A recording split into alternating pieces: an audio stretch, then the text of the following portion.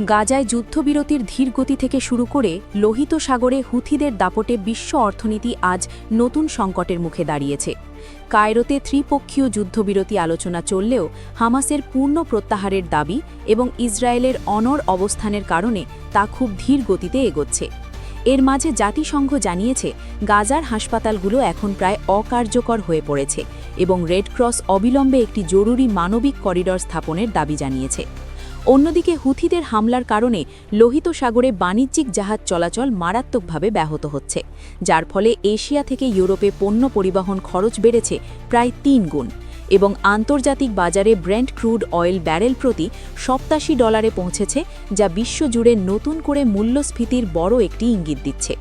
এর পাশাপাশি ইসরায়েল ও লেবানন সীমান্তে হিজবুল্লাহ এবং ইসরায়েলি বাহিনীর মধ্যে তীব্র পাল্টাপাল্টি হামলা চলছে, যার ফলে লাখো মানুষ ঘর ছাড়া হয়েছে এবং সামরিক বিশেষজ্ঞরা একটি সর্বাত্মক আঞ্চলিক যুদ্ধের আশঙ্কা করছেন। এই চরম সংকটের সমাধানে রাশিয়া ও চীন একটি স্বাধীন ফিলিস্তিন রাষ্ট্র গঠনের আহ্বান জানালেও ইরানের পারমাণবিক কর্মসূচি নিয়ে পশ্চিমা দেশগুলোর চাপ এবং উদ্বেগ এখনও অব্যাহত রয়েছে। আন্তর্জাতিক রাজনীতির এই প্রতিটি যাচাইকৃত এবং বাস্তব খবর সবার আগে পেতে IBN নিউজ চ্যানেলটি সাবস্ক্রাইব করে আমাদের সাথেই থাকুন।